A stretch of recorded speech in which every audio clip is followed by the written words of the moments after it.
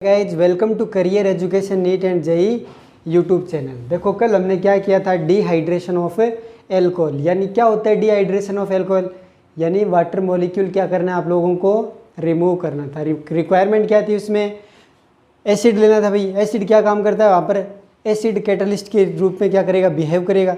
और क्या टेम्परेचर चाहिए, हाई टेम्परेचर चाहिए। और वाटर का क्या करना था, रिमूवल ऑफ वाटर मॉलिक्यूल। अब देखो उस कल वाले एग्जाम्पल्स के अंदर सभी क्या थे, सिंपल एग्जाम्पल लिए थे हमने। आप कहीं से भी एच निकालोगे, इनमें जो पहले वाले वीडियो के जो एग्जाम्पल्स थे, आप उनमें कोई भी अगर एच निकालोगे तो प्रोडक्ट सेम ही बनेगा। अब बात करता हूँ मैं इस एग्जाम्पल की। अब यहाँ करना क्या है, सेथजेफ प्रोडक्ट, हॉफमैन प्रोडक्ट कैसे आप फाइंड करोगे। देखो ये एग्जाम्पल लिया मैंने। अब आप लोगों को क्या करना है, वाटर मॉलिक्यूल क्या करना है, बाहर निकालना है। वाटर मॉलिक्यूल H2O क्या करना है आपको, बाहर निकालना है। देखो कैसे निकलेगा। अब ये देखो CH3 CH2, ये मैंने कोई एग्जाम्पल लिया है। अब यहाँ पर देखो दो प्रोडक्ट बनेंगे। अगर देखो ये मैं ऐसे लिख सकता हूँ क्या, CH2 एक H ऐसे, इसको अगर मैं ऐसे लिख दूँ तो क्या, ऐसे लिख दिया मैंने इसको। अब देखो बात करता हूँ, अगर ये भी H निकाल सकता हूँ और ये भी H निकाल सकता हूँ। आप लोगों को तो क्या करना है, एक वाटर मॉलिक्यूल रिप्लेस करना है। अब अगर मैं बात करता हूँ इस वाटर मॉलिक्यूल की, अगर मान लो ये वाला वाटर मॉलिक्यूल निकले, अगर आप लोग ये वाला वाटर मॉलिक्यूल निकालते हो तो डबल बॉन्ड कहाँ आएगा, इस कार्बन और इस कार्बन के मध्य में। भाई इस कार्बन देखो जो अगर आप ये H निकालते हो, इस H को आप बाहर निकालते हो इस OH के साथ, तो ये वाला प्रोडक्ट बनेगा। भाई यही तो बनेगा, इन दोनों कार्बन के बीच क्या आ जाएगा, डबल बॉन्ड। अगर आप ये वाला OH निकालोगे, ये वाला, अगर आप ये वाला OH निकालोगे तो प्रोडक्ट कौन सा बनेगा। आप देखो इस कार्बन, ये दोनों कार्बन की वैलेंसी क्या हो गई, कम होगी। अब डबल बॉन्ड कहाँ आएगा, इन दोनों कार्बन के मध्य। भाई इससे जब आप ये वाला OH निकालोगे तो ये वाला कंपाउंड बनेगा, यही तो बनेगा। अब मैंने ये देखो ये दोनों कंपाउंड बनाती है। जैसे ही आप लोगों ने ये दोनों कंपाउंड बनाए, अब देखिए ये मेजर प्रोडक्ट, ये माइनर प्रोडक्ट। पता किससे चला भाई, ये मेजर प्रोडक्ट है, ये माइनर प्रोडक्ट। मैंने कहा था जो मेजर प्रोडक्ट होता है उसको बोलते हैं सेथजेफ प्रोडक्ट, और जो माइनर प्रोडक्ट होता है उसको बोलते हैं हॉफमैन प्रोडक्ट। अब पता कैसे चलेगा मेजर कौन सा है, माइनर कौन सा है। तो मैं देखो आप लोग देखो, जो ज़्यादा स्टेबल होता है, मोर स्टेबल ही क्या होता है, मेजर प्रोडक्ट, कल बता दिया था मैंने। और लेस स्टेबल क्या होता है, माइनर प्रोडक्ट। अब आप लोगों को मेजर और माइनर फाइंड करने के लिए क्या करना पड़ेगा भाई, स्टेबिलिटी देखनी पड़ेगी। अब देखो मैंने बताया था अल्फा कार्बन। अब देखो सिस्टम क्या होता है, आप लोग अल्फा कार्बन फाइंड करने के लिए क्या देखते आए हो, पॉजिटिव चार्ज। भाई कार्बोकेटाइन को आपने क्या मानते हो, आप सिस्टम। अब सिस्टम देखो कार्बोकेटाइन भी हो सकता है और डबल बॉन्डेड सिस्टम, यानी एल्कीन भी क्या होता है, एक सिस्टम होता है। भाई एक तो पॉजिटिव चार्ज या एल्कीन, ये दोनों क्या होते हैं, सिस्टम होते हैं। देखो ये वाला सेंटर वाला कार्बन, देखो ये दो, ये कार्बन डबल बॉन्ड से अटैच्ड है। भाई इसको आप सिस्टम मानोगे। भाई सिस्टम दो होते हैं, एक तो कार्बोकेटाइन होता है और एल्कीन होती है। इसके अंदर देखो ये जो सेंटर पॉइंट है, ये जो दोनों कार्बन हैं जो डबल बॉन्डेड से अटैच्ड है, भाई ये एल्कीन ही तो है। भाई एल्कीन क्या होते हैं, सिस्टम। तो ये दोनों कार्बन आ गए सिस्टम में। अब सिस्टम से डायरेक्टली अटैच्ड कार्बन, ये वाला अल्फा कार्बन। भाई ये सिस्टम है पूरा का पूरा। ये जो बीच वाले दो कार्बन है किस में आ रहे हैं, सिस्टम में आ रहे हैं। तो सिस्टम से डायरेक्टली अटैच्ड कार्बन, ये वाला अल्फा कार्बन, ये भी डायरेक्टली अटैच्ड कार्बन है, इसमें भी अल्फा कार्बन है। तो देखो इसके पास ये अल्फा कार्बन, इस कंपाउंड के पास दो अल्फा कार्बन है। और आप लोगों को क्या देखना है, हाइड्रोजन। भाई अल्फा कार्बन के जो डायरेक्टली अटैच्ड हाइड्रोजन होते हैं उसी को क्या बोलते हैं, अल्फा हाइड्रोजन। तो इसके पास इसके पास कितने अल्फा हाइड्रोजन है, 3, और इसके पास 3।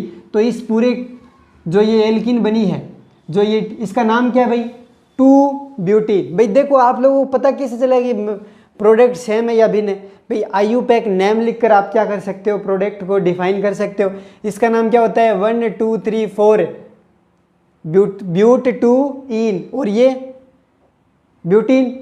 या ब्यूट 1 इन 1 2 3 4, ये ब्यूट 1 इन और ये क्या होती है ब्यूट 2 इन, तो भाई अलग अलग है।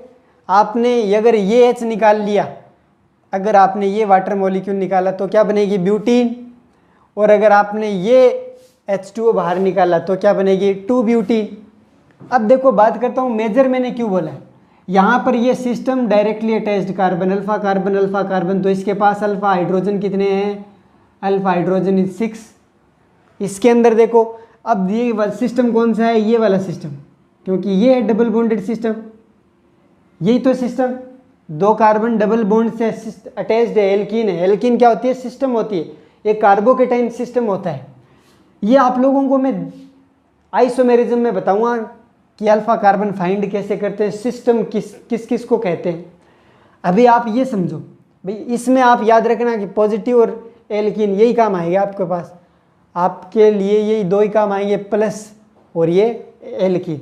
अल्फा कार्बन फाइंड करने के लिए ये 2 काम आते हुए, देखो ये एल्कीन है, ये सिस्टम है directly attached carbon alpha carbon, तो अल्फा हाइड्रोजन कितने हुए यहाँ पर, अल्फा हाइड्रोजन इज 2, भाई more alpha hydrogen is more stable, तो यहाँ पर अल्फा हाइड्रोजन कितने हैं 6, तो ये क्या है मोर स्टेबल, भाई ये 6 हाइड्रोजन है तो क्या है मोर स्टेबल, और इसके पास अल्फा हाइड्रोजन कितने 2, भाई 2 अल्फा हाइड्रोजन है, ये क्या है लेस स्टेबल, लेस स्टेबल, भाई जितने ज़्यादा अल्फा हाइड्रोजन होंगे वह कंपाउंड उतना ज़्यादा स्टेबल होगा।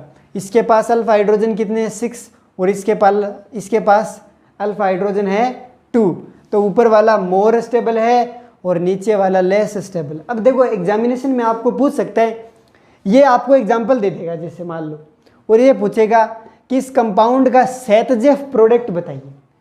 ये जो एल्कोहल है, ये जो एल्कोहल है इसका आपको पूछ लेगा कि इसका सेतजेफ प्रोडक्ट बताइए, तो मैंने कहा जो मोर स्टेबल होता है उसी को क्या बोलते हैं सेतजेफ प्रोडक्ट, सेतजेफ प्रोडक्ट। तो भाई मोर स्टेबल होता है वही क्या होता है सेतजेफ प्रोडक्ट, और जो लेस स्टेबल होता है उसको क्या बोलते हैं होफमैन, लेस स्टेबल होता है उसको क्या बोलते हैं होफमैन प्रोडक्ट। तो यहाँ तक उम्मीद करता हूँ समझ में आएगा, जो लेस स्टेबल होता है उसको बोलते हैं होफमैन प्रोडक्ट, और जो मोर स्टेबल होता है उसको बोलते हैं सेतजेफ प्रोडक्ट। अब आप लोगों को क्वेश्चन डिपेंड करता है वो आप लोगों को पूछ क्या रहा है, अगर वो सेतजेफ प्रोडक्ट पूछता है तो आपका राइट आंसर होगा ऊपर वाला। अगर आपसे वो पूछ रहा है कि होफमैन प्रोडक्ट बताइए तो ये वाला आंसर होगा। अगर आपसे वो पूछता है कि मोस्ट स्टेबल कौन सा है इनमें, तो फर्स्ट वाला मोस्ट स्टेबल है, इसमें लेस स्टेबल है सेकंड वाला, क्यों है क्योंकि अल्फा हाइड्रोजन कितने इसमें 2 और इसमें कितने 6, भाई more alpha hydrogen is more stable, hyperconjugation, भाई more alpha hydrogen is more stable.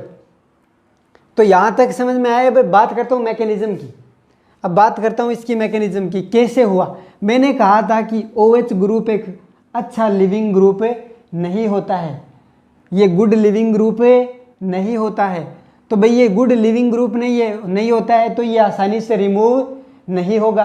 तो इसको रिमूव करने के लिए आप क्या लेते हो कंसनट्रेट H2SO4 या H3PO4, और हाई टेम्परेचर लिया जाता है ताकि वाटर मॉलिक्यूल आसानी से क्या हो सके निकल सके। अब देखो होगा क्या, सबसे पहले मैकेनिज्म में देखो H2SO4 ब्रेक होता है H प्लस या HSO4 माइनस, भाई H2SO4 ब्रेक होगा H plus plus HSO4 minus. अब ये जो एसिड का H प्लस है ये इसके साथ क्या करेगा रिएक्शन करेगा। भाई ये जो H प्लस है एसिड का, मैंने बताया था जो एसिड का H प्लस होता है OH को क्या करेगा प्रोटोनेटेड, जैसे ही प्रोटोनेटेड करेगा वाटर मॉलिक्यूल बाहर निकलेगा। अब देखो ये मॉलिक्यूल है ऊपर वाला ही लिया है मैंने, ऊपर वाला मॉलिक्यूल लिया है, इस OH के पास भाई ऑक्सीजन है, ऑक्सीजन के पास कितने लोन पेयर होते हैं भाई 2 वैलेंसी कंप्लीट हो रही है इसकी, 2 वैलेंसी कंप्लीट, एक हाइड्रोजन के साथ एक कार्बन के साथ। अब ऑक्सीजन के पास कितने लोन पेयर बचे 2 लोन पेयर, देखो ये रहे 2 लोन पेयर। अब ये H पॉजिटिव है, ये जो एसिड वाला H पॉजिटिव है, अब इसके पास इलेक्ट्रॉनों की क्या है कमी है, भाई इलेक्ट्रॉनों की कमी है इसके पास।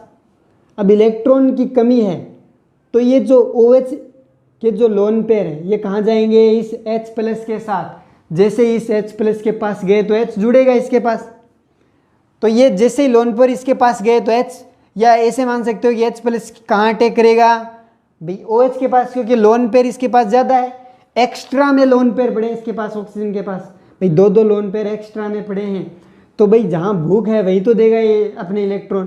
तो जैसे ये H प्लस को इलेक्ट्रॉन दिए इसने तो ऑक्सीजन के साथ क्या हो गया, अटैच्ड हो गया। जैसे ही ये हाइड्रोजन इस ऑक्सीजन के साथ अटैच्ड हुआ तो वैलेंसी कितनी हो गई, 3 वैलेंसी, 1 2 3 वैलेंसी, भाई 3 बॉन्ड 3 वैलेंसी।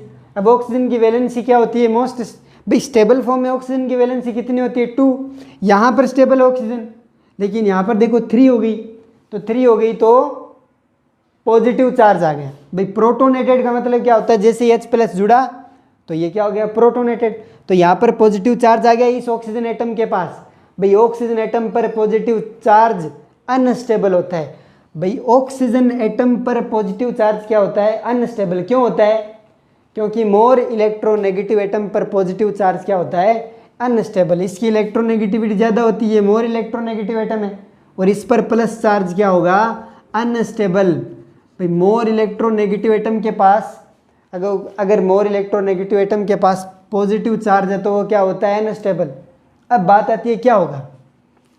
अब देखो इस बॉन्ड है, ये जुड़ा है ऑक्सीजन के साथ, इस बॉन्ड में कितने इलेक्ट्रॉन है, भाई ये सिग्मा बॉन्ड है, और एक सिंगल बॉन्ड में कितने इलेक्ट्रॉन होते हैं, 2 इलेक्ट्रॉन। अब देखो यहाँ पर ऑक्सीजन के पास क्या आ गई, इलेक्ट्रॉन की कमी। अब ये ऑक्सीजन इस बॉन्ड के इलेक्ट्रॉन अपनी तरफ खींचेगा।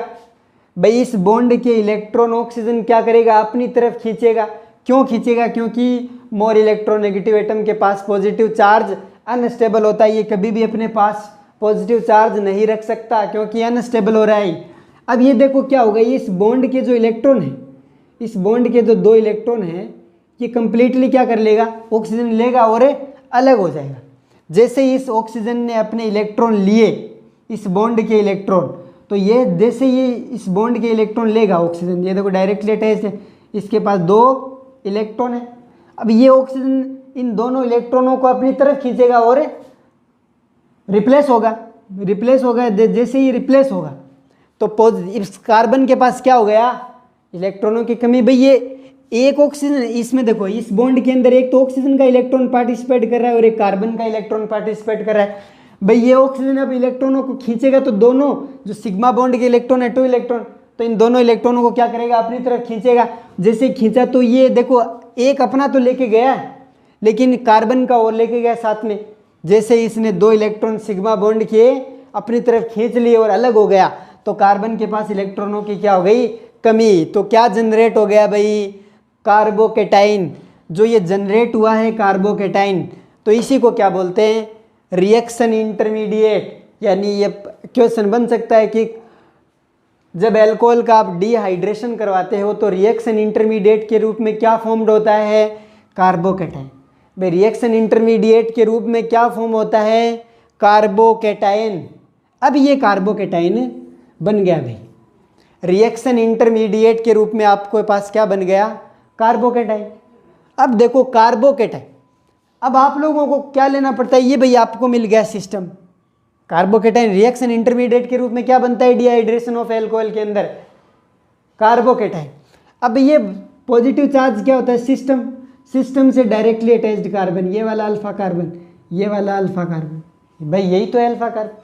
आप लोगों को अल्फा कार्बन है, अल्फा कार्बन के पास अल्फा हाइड्रोजन, तो निकालना क्या पड़ेगा आप लोगों को, अल्फा हाइड्रोजन। भाई ये अल्फा हाइड्रोजन ही तो निकल रहा है, यहाँ पर पॉजिटिव चार्ज आ गया, देखो मैकेनिज्म से पता चल रहा है आपको। भाई जो एक्चुअल में जो कुछ होता है वो डायरेक्टली पता नहीं चल रहा आपको कि ये अल्फा कार्बन है। भाई यहाँ का कैसे पता चल रहा है, सिस्टम ही नहीं दिख रहा आप लोगों को। भाई कुछ चीज़ें होती है दिखाई नहीं देती, उसको कौन दिखाता है, मैकेनिज्म एक्सप्लेन करती है उसको कि ये अल्फा कार्बन कैसे। भाई ये वाला अल्फा कार्बन है और ये वाला भी अल्फा कार्बन, अब पता नहीं चल रहा है इसमें क्योंकि सिस्टम तो है नहीं यहाँ पर। अब ये OH ग्रुप प्रोटोनेटेड होकर निकलेगा तो इस कार्बन पर पॉजिटिव आ गया। भाई मैकेनिज्म से ही पता लगता है आपको कि अल्फा कार्बन कैसे हुआ, क्योंकि आपको तो सिस्टम चाहिए, मिल गया सिस्टम।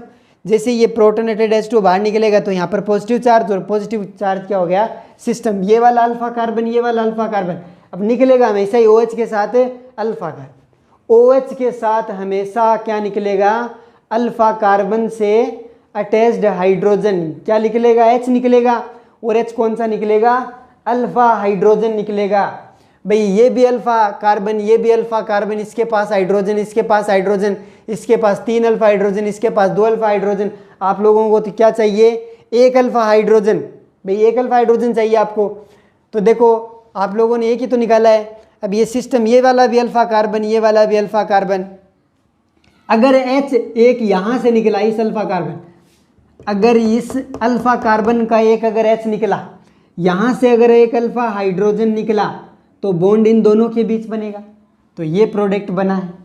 अगर ये वाला अल्फा हाइड्रोजन निकलेगा तो बॉन्ड कहाँ बनेगा, इन दोनों कार्बन एटम के बीच, तो ऊपर वाला बना। ये मेजर है क्योंकि अल्फा हाइड्रोजन कितने हैं, 6, क्योंकि डिहाइड्रेशन ऑफ एल्कोहल के अंदर प्रोडक्ट कौन सा बनता है, एल्कीन। मोस्ट स्टेबल को बोलते हैं सेतजेफ प्रोडक्ट, और लेस स्टेबल को बोलते हैं हॉफमैन प्रोडक्ट। अब बात करते हैं, देखो ये इंटरमीडिएट बन गया। अब मैं इसको वापस लिखा है मैंने यहाँ पर, देखो CH3 CH2 CH CH3, यही हाल है। अब आप लोगों को मैंने फर्स्ट लेक्चर में बताया था कि कार्बोकेटाइन के अंदर 3 सिग्मा बॉन्ड होते हैं और एक पॉजिटिव चार्ज होता है और 0 लोन पेयर होता है। लोन पेयर नहीं होता भाई इसके पास, यही तो है। देखो ये वैकेंट पी ऑर्बिटल प्रेजेंट है इसके पास, इस कार्बन, ये पॉजिटिव चार्ज वाला है कार्बोकेटाइन। ये देखो वैकेंट पी ऑर्बिटल होता है, इसके पास 3 सिग्मा बॉन्ड है, तो 1 सिग्मा 2 सिग्मा, एक और हाइड्रोजन के साथ है 3 सिग्मा बॉन्ड। अब देखो इस कार्बन के पास इलेक्ट्रॉनों की कमी है, तो इस इलेक्ट्रॉनों की कमी को पूरा कौन करेगा, अल्फा हाइड्रोजन।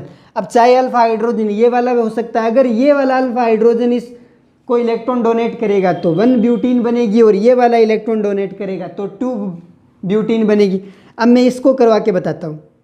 ये वाला H, इस बॉन्ड के अंदर कितने इलेक्ट्रॉन है, 2 इलेक्ट्रॉन। अब इलेक्ट्रॉनों की कमी किसके पास है, इस कार्बन के पास।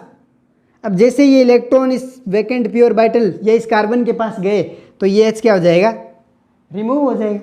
भाई ये जैसे ही इसके पास गया तो क्या हो गया, यहाँ पर इलेक्ट्रॉन की पूर्ति हो गई, ये H बाहर निकलेगा।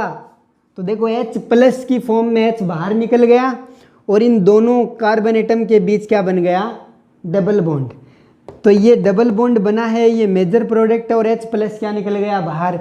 यहाँ से देखिए, मान लो अगर ये वाला अल्फा हाइड्रोजन निकले तो ये वाला इलेक्ट्रॉन देगा इसको, जैसे इलेक्ट्रॉन दिया और H बाहर निकल गया, तो ये देखो H बाहर आ गया।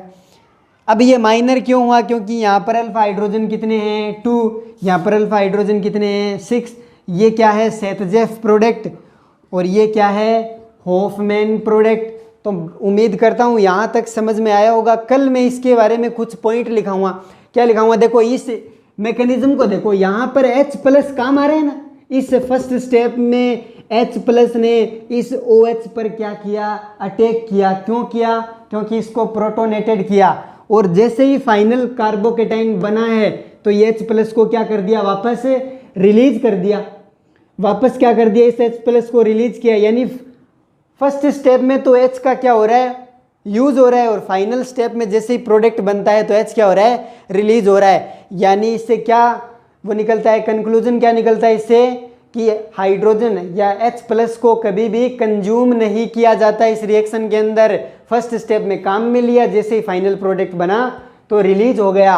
और इस रिएक्शन के अंदर आपको पता चला कि इसमें इंटरमीडिएट के रूप में क्या फॉर्म होता है, कार्बोकेटाइन। तो उम्मीद करता हूँ यहाँ तक आप लोगों को अच्छे से समझ में आया होगा, यहाँ तक आप लोगों को अच्छे से समझ में आया होगा।